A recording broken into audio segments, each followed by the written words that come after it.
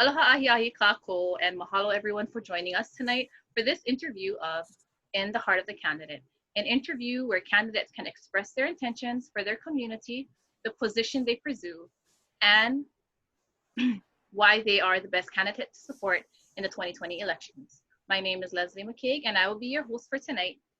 Joining me tonight is candidate for House Representative, District 43, Diamond Garcia.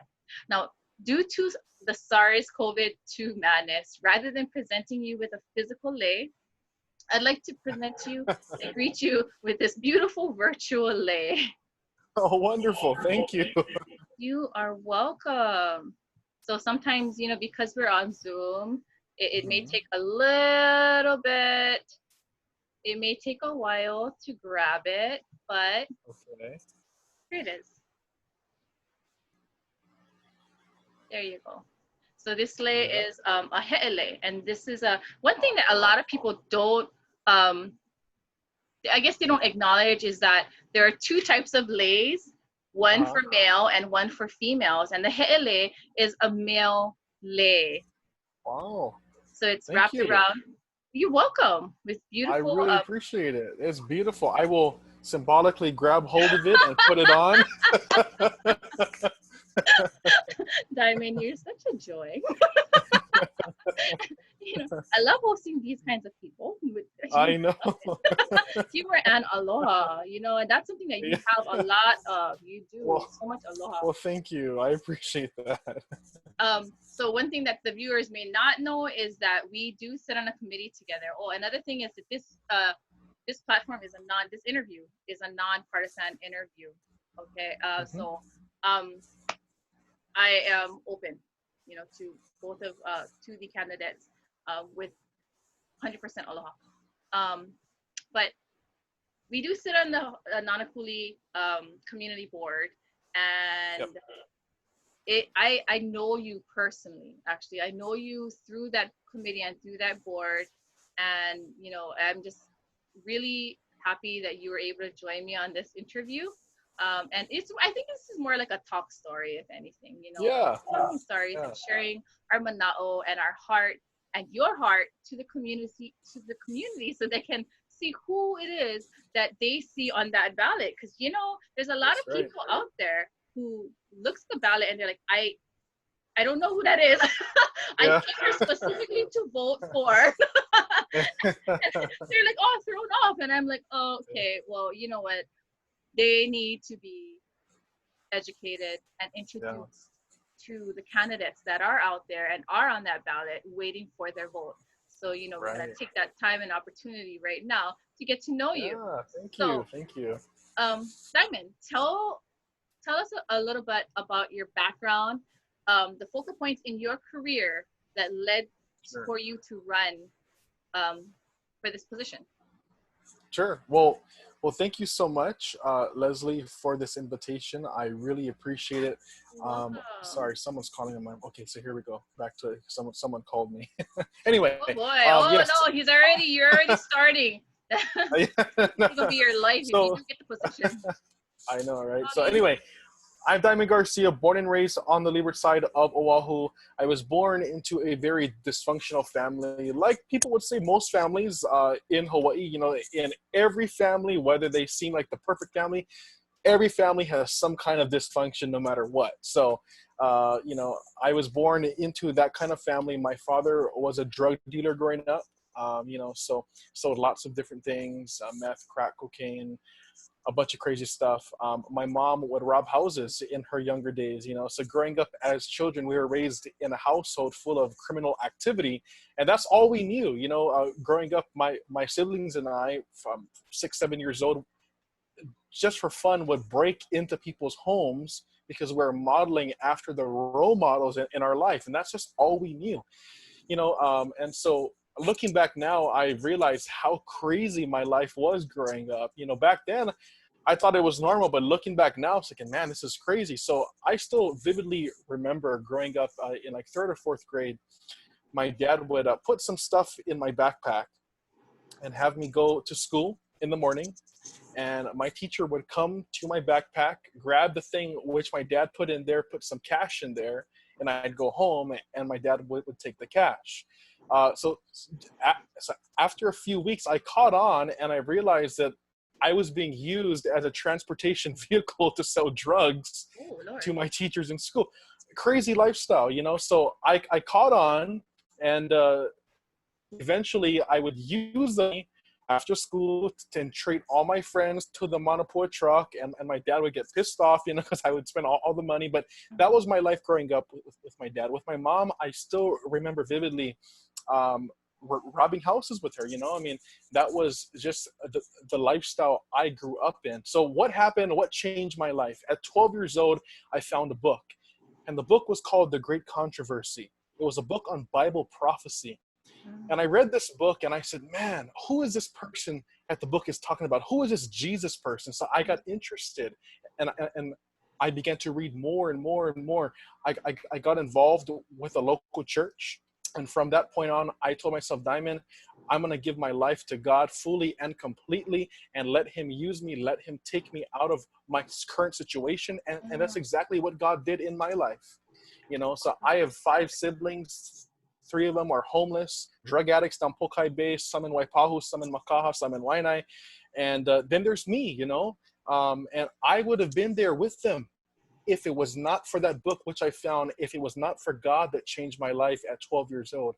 And so for 6 years, from 12 years old, all through middle school and through high school, I knocked on doors 6 days a week selling books, Bible prophecy books, health books, cookbooks, children's books, door to door, 6 days a week, from 6 in the evening to 9 at night, 6 days a week for 6 years. And I was able to pay my way through Hawaiian Mission Academy, to pay my way through college and receive a good education. And what happened was I came back, and, you know, for the last few years, been preaching the gospel of Christ all over the world. I would have never dreamed that a boy from the West Side, whose parents were chronics, born in a crazy family, could have traveled to Europe, to Africa, to Asia, to South America, preaching the gospel of Jesus Christ. I would have never thought that was even possible, but that's the kind of God we serve. And so anyway, in 2018, I ran for state senate here on the Waianae Coast, because I always came back home. You know, I would travel, come back home, and just look around me and said, man, I want to see better representation for our people in the Hawaii State Legislature. So I ran for Senate in 2018. I was a first-time candidate. I had never run for office in my life. I had no clue what I was doing. I just got a bunch of yard signs, knocked on doors, sign way, put my banners everywhere, and focused on the issues that were important to me. And to my surprise, we garnered over 4,000 votes. We got 43% of the vote. The first-time candidate on the Waianae Coast. And my opponent, who's the incumbent, she only beat me by less than 1,000 votes. So, you know, it was a close race for someone who had never run for office before, in a Senate race, you know. So anyway, so why am I running this time? Because the passion is still in me. I want to see better representation for our people in Nanakuli, in Maili, in Ko'olina, in Honokaihale, on the West Side. Better representation for us in the Hawaii State House of Representatives. Which leads us to my first question for you. Sure. So, you know, that's an amazing story, especially when it offers up, you know, a moment of God's mysteries and awesomeness. You know, God is always good, and it's amazing what God can do, right? He can turn he can turn a message into he can turn a mess into a message and a messenger, you know, and it's amazing. It's a blessing, truly a blessing. But what are 3 issues in our district that you can think of, and how do you plan to address and resolve these issues?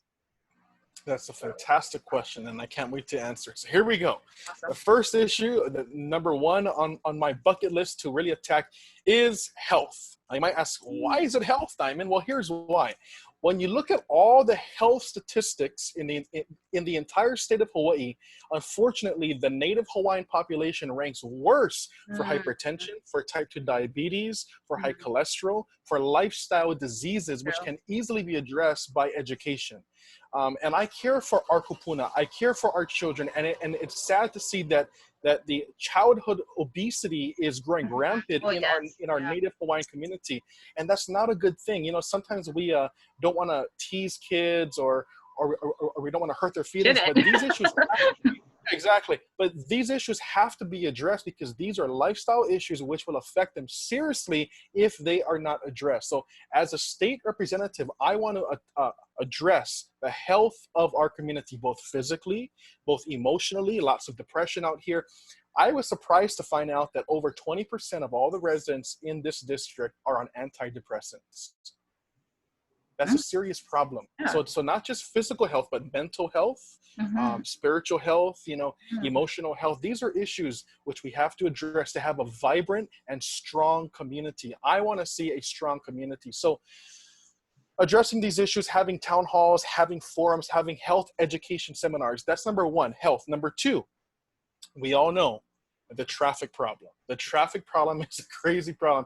Anybody who lives on the west side, exactly. We know that if one simple accident happens on Farrington Highway, thousands of us are backed up for hours.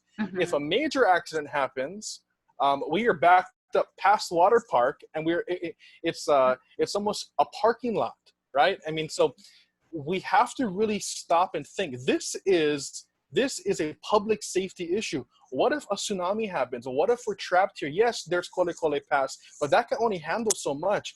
We really have to work together. The infrastructure is falling apart. Exactly. It's not safe, actually. We have to address our failing infrastructure on the west side. And, you know, some folks ask, well, Diamond, why doesn't, or why does people in Hawaii Kai or Kailua, why do they get all the best infrastructure? Well, here's why, because they're involved in their community. We have to get our people involved in government to tell them, hey guys, we are not second-class citizens. We deserve proper infrastructure. And we need to work with our congressional delegation working on the federal level to pull some federal funds down from the federal DOT to help us out. Because, you know, these are issues that really have to be addressed. So anyway, that's number two, traffic. Number three, well, I really have four, but just the three, the cost of living. Okay. So number three, the cost of living. Unfortunately, the cost of living here in Hawaii is outrageous. You know, we're the second highest tax state in the entire nation.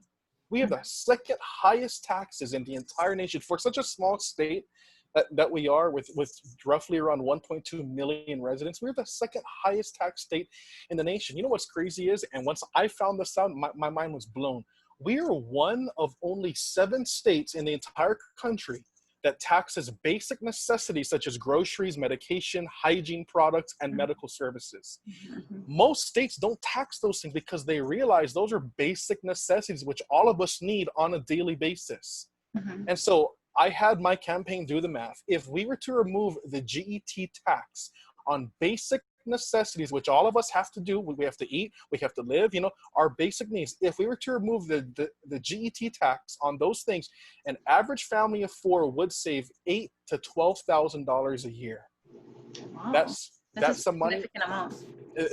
Exactly. That can go towards a good education for their children, for a down payment on a car or a house, or just some spare money to have in your savings account. There's no reason that we should be paying an extra $8,000 to $12,000 a year to the government when families can keep this money for their own families to thrive here in Hawaii. So the House Minority Caucus has been proposing this since 1997, but unfortunately it's never been passed. So that's one thing, the cost of living, especially now with COVID-19, our economy is tanking, and the Council on Revenues has projected that due to COVID-19, we're looking at a $2 to $3 billion shortfall in the coming next two to 3 years. That's pretty bad. You know, in this COVID issue. Yeah, exactly. COVID issue. I mean, that's a huge. Actually, that's a hot topic. That is the topic of the nation, not just in our state. Right. Although we do have some escalating and climbing numbers. And it's really, you know, it's just very concerning, but yet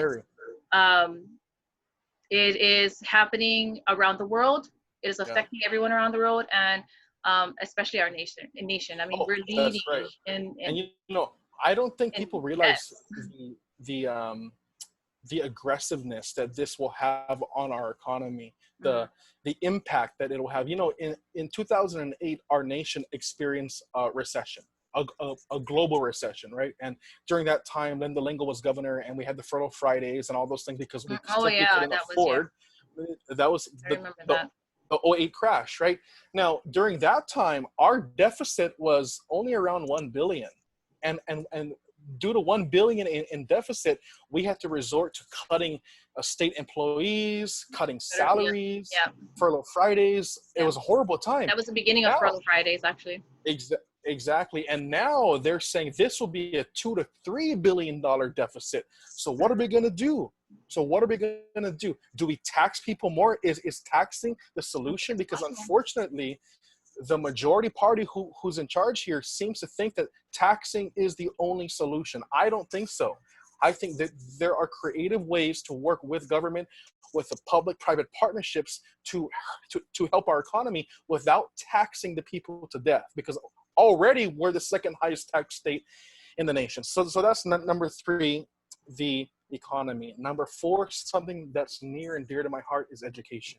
I'm currently the chair of the education committee on the neighborhood board, and I really, really, really want to see our kids receive a proper education. I'm a big supporter and proponent of educational choice. That means if parents choose to send their kids to public schools, that's fine. Private schools, that's fine.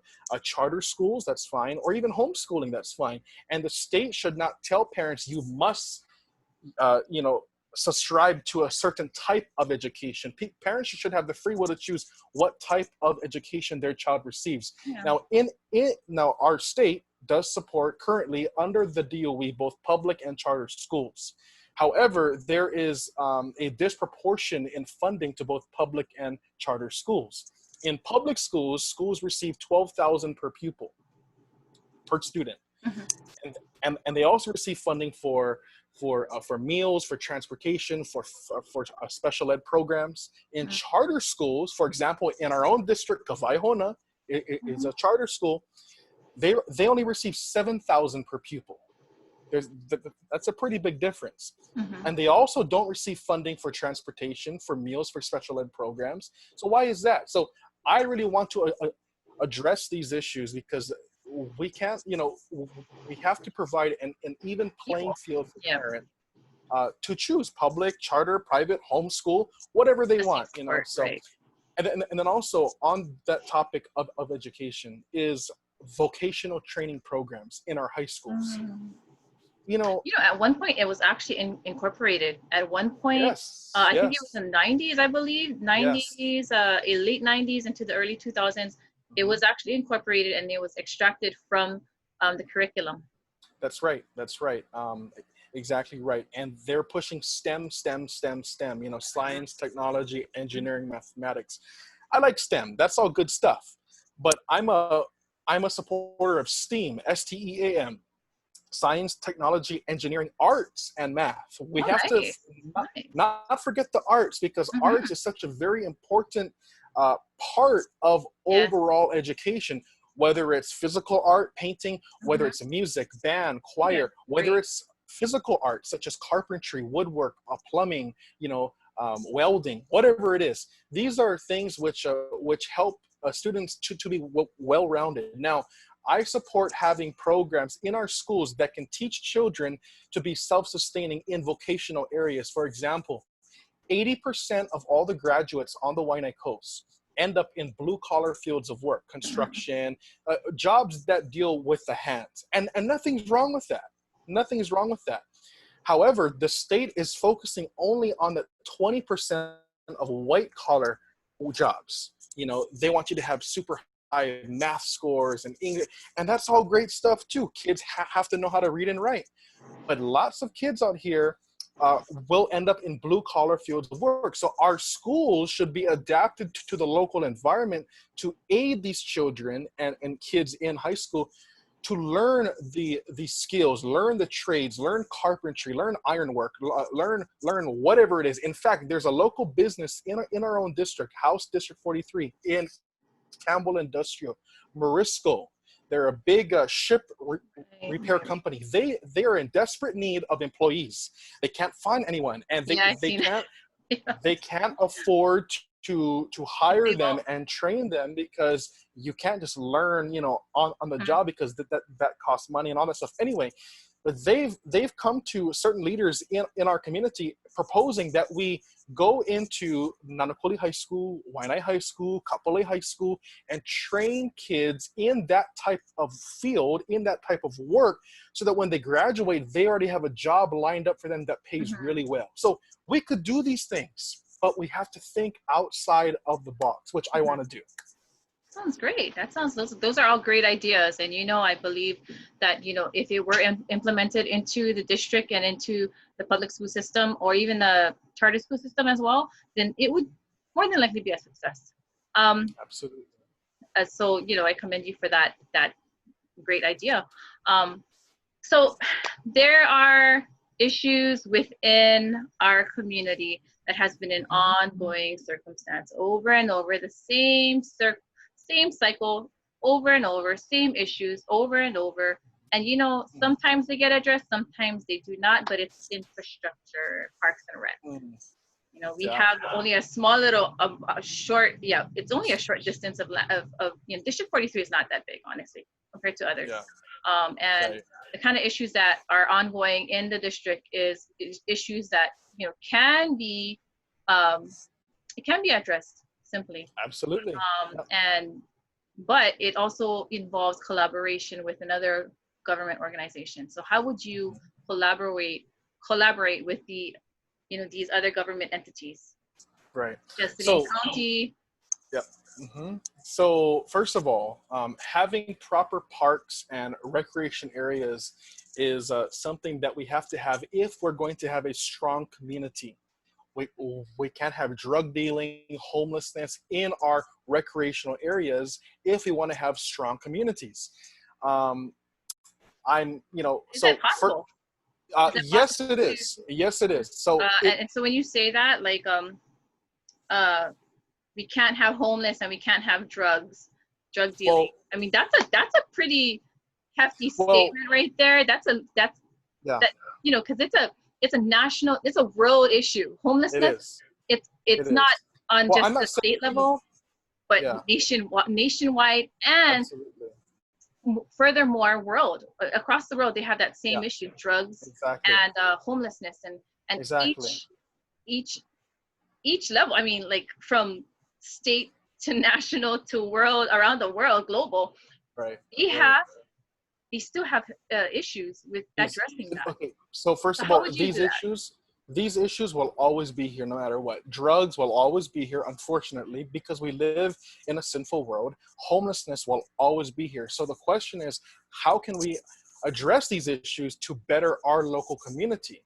Can we reduce the amount of homelessness? Yes, we can. Can we reduce the amount of drug dealing in our community?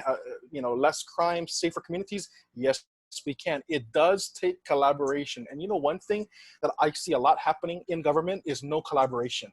The city and county does not know what the state's doing, and vice versa, and they have no clue the type of help we could receive from the feds on the federal level.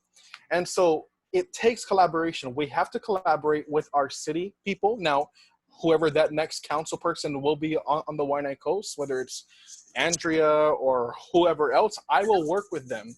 Put party lines aside, I will work with them, because we have to work together for our community. I'm currently the co-chair of the Parks and Recreation Committee on the Neighborhood Board.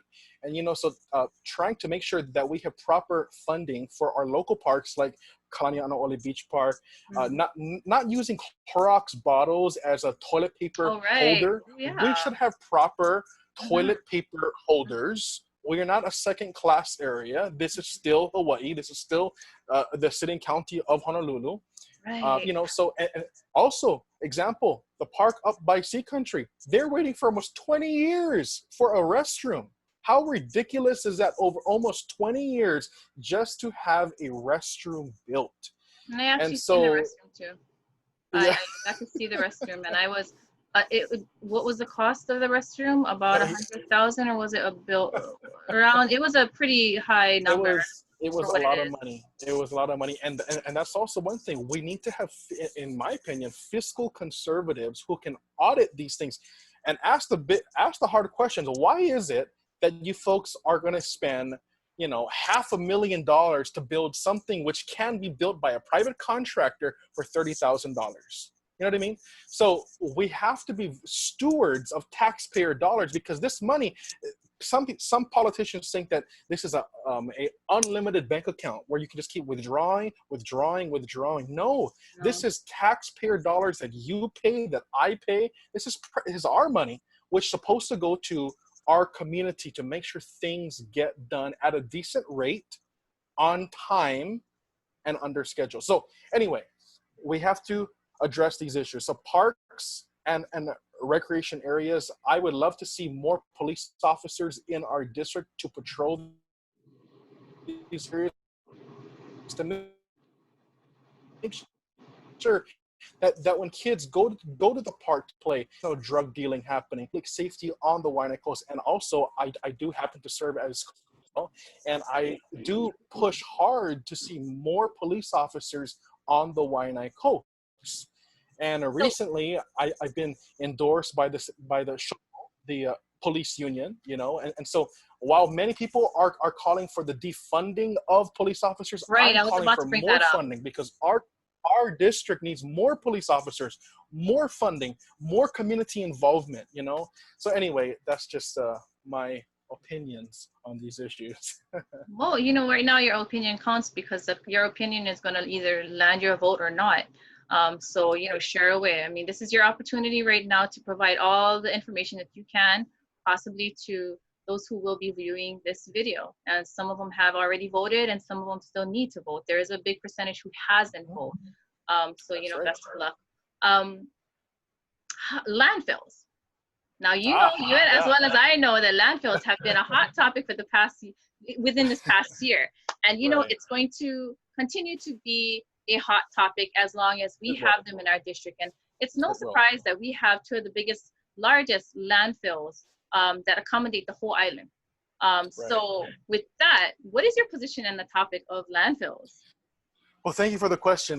This is a topic that needs to be addressed, and I think my stance needs to be articulated very well and very clear, because people think, oh, you know, Diamond supports landfills. Furthest from the truth. I don't want to see more trash landfills in our community. I don't. When you go, if you've ever taken a tour of Waimanalo Gulch, there's these little tanks that stick up from the ground that release gas from all the trash that's buried under, you know, from toxic waste. Methane, Now, right? exactly, methane, right? So we don't want that in our community, and thank God it's more down in a closed area, but still, we don't want that in our community. Is PVT. Now, there's lots of emotion on both sides, you know, people who work at PVT, the families there, those who have this type of viewpoint. On see both sides, I respect both sides, and I will work with both sides. The most recent issue that's been the object of attack for me, for Andrea Topola, and for other people was the recent Senate Bill 2386, which went through the Hawaii State of attacks from, you know, certain special interest groups who wanted to see that bill pushed through no matter what. Now, the reason why I don't support that bill is because the bill wasn't really well thought out. And that's the reason why certain counties, like the Kauai County, like the Maui County, testified in opposition to the bill, because it would shut down their landfills. Now, yes, we all don't want landfills, but unfortunately, our Opala has to go somewhere. And until you come up with a viable plan B, we can't be shutting things down in an instant when we don't have a plan B to fall back onto. Now, regards to PVT, lots of folks don't realize that PVT does not take any trash, no trash. They don't take things that the Gulch takes. They don't take things which H Power take. They are a C and D landfill. What that means is construction and demolition waste only. So when you bust down one house, all the Opala goes there. When you break down the stadium, that stuff will go there. Metals, rebar, concrete, I don't know, wood, things like that, that goes there.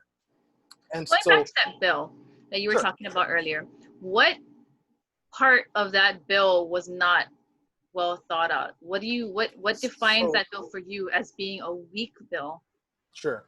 So the part that that really caused the opposition to the bill was the fact that the writers of the bill did not take into account the fact that it would shut down the only landfills on the outer island, because that bill basically said that you have a half-a-mile buffer zone between any landfill and any other zoned area for residentially zoned property, basically, right? So so that would shut down landfills on Kauai, in the Maui County, on the outer islands. And also, when the state and city worked together recently to basically come up with proposed areas of moving landfills in the future, it would also shut those down as well. So once again, the bill was not well thought out. And that's why someone like who I really admire, Cynthia Thielen, who's been an environmental champion over these years. If this bill really was for the environment, if it really was to help save lives and our environment, she would have been all for it. Now, why was she against it? Because it would raise the cost of rail. It would raise the cost of construction during a hurricane, and all things are all messed up. Where would all the stuff go? Right to PVT, right? So if that's shut down, where does all the stuff go? Now, recently on the city council, there was a resolution to basically do the same thing, in essence, shut down PVT from crossing over the street onto their own property. Now, that resol was tabled for a later time by the then chair, Ron Menor, because the city Department of Environmental Services came and said, guys, if PVT closes down, the city will now be in charge of disposing of all the C&D waste, all the construction demo waste. Now, what does that mean? That means tax increases, because they currently don't have the operation and or capability to handle that. So if PVT does, the only still on the island, then the city would then be forced to move it to other places. And right now they don't have capacity, they don't have the capability of doing that. So they're gonna have to shuffle money around and raise taxes to pay for that. And that's something we don't wanna do. Also, lots of local families work at PVT. And so once again, I'm not saying I love PVT, that's not what I'm saying. What I'm saying is, please come with viable options. If you wanna shut them down, clear plan to recuperate. If you don't, we can't make things or pass things based upon emotion. We have to think logically. If we shut down the only C&D landfill on the island, where will all the C&D waste go? There's lots of illegal dumping happening around us because people don't want to pay a small fee to dump in a landfill. If the PVT shuts down, well, we're going to see a lot more illegal dumping happening around us, which we don't want to do. Yeah, most of them are in the agricultural land too, right? Exactly. And well, I guess, well, speaking of agricultural land, we have a lot of farms. Not many people know that on our countryside, we have a lot of farmers, and we have a lot of farming, and it has always been present in our district. Yet we have reached a point where our community is growing, and the younger generation wants to take it to the next level with development. I'd like to hear your thoughts regarding agricultural land and development. So I'm a big supporter of sustainability. You know what that means is I want to see us not get rid of farms, but even grow more farming and utilizing the precious soil and the precious aina that Akua has given to us on the Waianako's. We have some beautiful land out here and some beautiful ag land, wonderful soil that could really feed lots of families out here on the Waianae Coast. You know, so the farming and ag part of it, it works in correlation with my health education plan for this community. I want to grow local food, vegetables and fruits and native Hawaiian vegetables and plants on the Waianae Coast that can help feed our communities healthy food, and also use local things for medicinal purposes that could heal our community. And that's what I want to do. I want to see more tax incentives for farms and farmers, because quite frankly, it's hard to survive here in Hawaii as a farmer with the amount of taxes you pay on things and all these things. I want to see tax breaks and tax incentives for local farmers. I want to see us more sustained by our local farmers here on the Waianae Coast. A great example is the Makeke market, which was happening on the, I think it was either Tuesday or Thursday at the library down the road. You know, Yeah, where that would bring local farms, Ma'o farms, Kahumana farms, where they can feature locally grown vegetables and fruits on the Waianae Coast that feed residents on the Waianae Coast. You know, I want to see more of these things happening. Another local politician here that really championed that topic was Senator Miley Shimabukuro. So, Yes. you know, that would be someone that you would more than likely work with. Absolutely, yes. If, you know, you do win the seat. Yeah. I want to know, though, and I'm pretty sure everyone else who's going to watch this wants to know, what sets you apart from your competitors and from the current incumbent? Stacey Lynn has been very active in the community, and she does have a lot of support, but what sets you apart from both your competitors and the current incumbent? Yeah, so first of all, I have nothing personally against any of my opponents. Stacey, Shayna, nothing personal against anyone. For me, this is an issue of policy and what type of representative would you be at the legislature for our district? What type of leader and example would you be for those here in our district? Now, what would separate me? Well, first of all, I'm not afraid to speak up and vote no on bills which affect our people in this district in a negative way. Unfortunately, from what I saw and from what many people have told me, they have not seen that in our current representative. There are lots of bills that go through session each year in the House, which you know, and Stacey sits on the Finance Committee. Mostly all the bills go through the Finance Committee. You know, she sits on the House floor, of course. She's Vice Chair of Labor. And there are so many bills that go through which increase our cost of living, which make life harder for local families here in Hawaii. And unfortunately, she doesn't really speak up that much. You know, she just stays quiet and votes yes on almost everything. Now, that's one thing that would separate my opponent. Afraid to speak up. If I know that this bill is going to affect you and your family to raise your cost of living here in our own homeland, you better believe Diamond Garcia will vote no. And I have no problem voting no. Why? Because I'm not afraid of punishment or retribution from the House leadership. And quite frankly, guys, for those who are listening, folks don't realize the politics that go on in the building there. And lots of these representatives in the building, they don't want to vote no because they're going to lose their chairmanship.